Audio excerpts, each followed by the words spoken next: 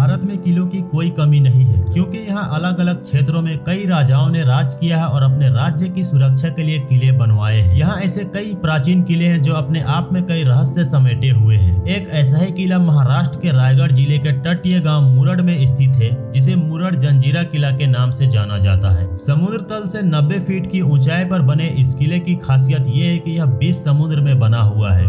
क्या है इस किले का इतिहास और क्यों आज यह किला वीरान पड़ गया, जानेंगे आज के इस वीडियो में। मुरड जंजीरा किला भारत के पश्चिम तट का एकमात्र ऐसा किला है जो कभी भी जीता नहीं जा सका। कहते हैं कि ब्रिटिश, पुर्तगाली, मुगल, शिवाजी महाराज, कान्होजी आंग्रे, चिंपाजी अप्पा और संभाजी महाराज ने इस किले को जीतने का काफी प्रयास किया था, लेकिन इनमें से कोई भी सफल नहीं हो सका। यही वजह है कि 350 साल पुराने इस किले को अजय किला भी कहा जाता है। इस किले का निर्माण सिद्दी जहर के देख रेख में 1118 में शुरू किया गया था और 1140 में किला बनके तैयार हुआ। बताया जाता है कि इसका निर्माण 22 साल में हुआ था। 22 एकड़ में फैले इस किले में 22 सुरक्षा चौकियां हैं। यहाँ सिद्दी की शासकों की कई तोपें अभी भी रखी हुई है, जो हर सुरक्षा चौकी में आज भी मौजूद है। यह किला 40 फीट ऊंची दीवारों से घिरा हुआ है। माना जाता है कि यह किला पंच पीर पंजातन शाह बाबा के संरक्षण में है। ये भी कहा जाता है कि शाह बाबा का मकबरा भी इसी किले में है। आपको जानकर हैरानी होगी कि इस किले में मीठे पानी का एक झील भी है। समुद्र के खारे पानी के बीच होने के बावजूद यहाँ मीठा पानी आता है। यह मीठा पानी कहाँ से आता है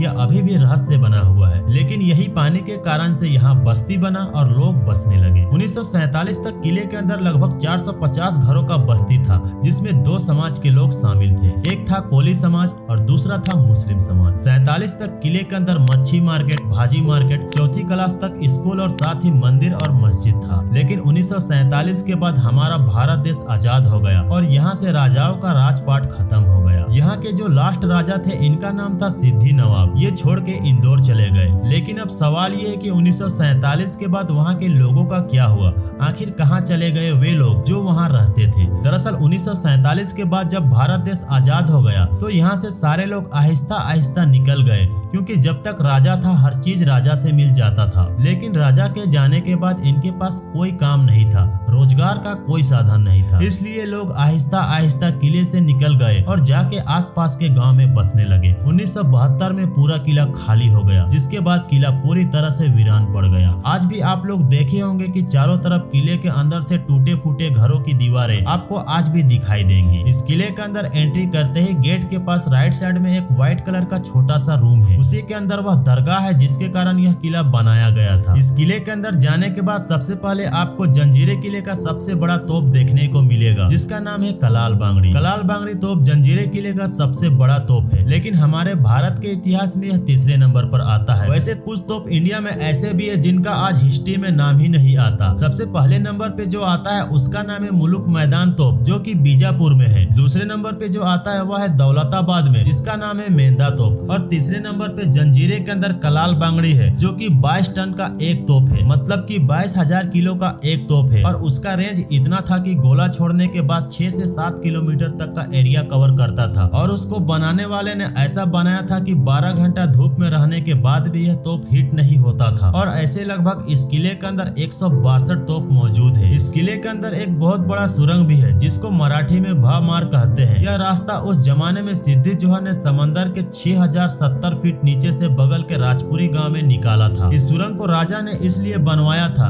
ताकि जब कभी दुश्मन हमला करे और वो हारने लगे तो वह अपने फैमिली को लेकर इस सुरंग की मदद से निकल सके। लेकिन 1947 में इस सुरंग को बंद कर दिया गया। इस किले के अंदर आज भी बहुत से रहस्य कैद है, जिसको ना तो कोई जान सका और ना शायद कभी जान पाएगा। वीडियो इन्फॉर्मेटिव लगे तो सब्सक्राइब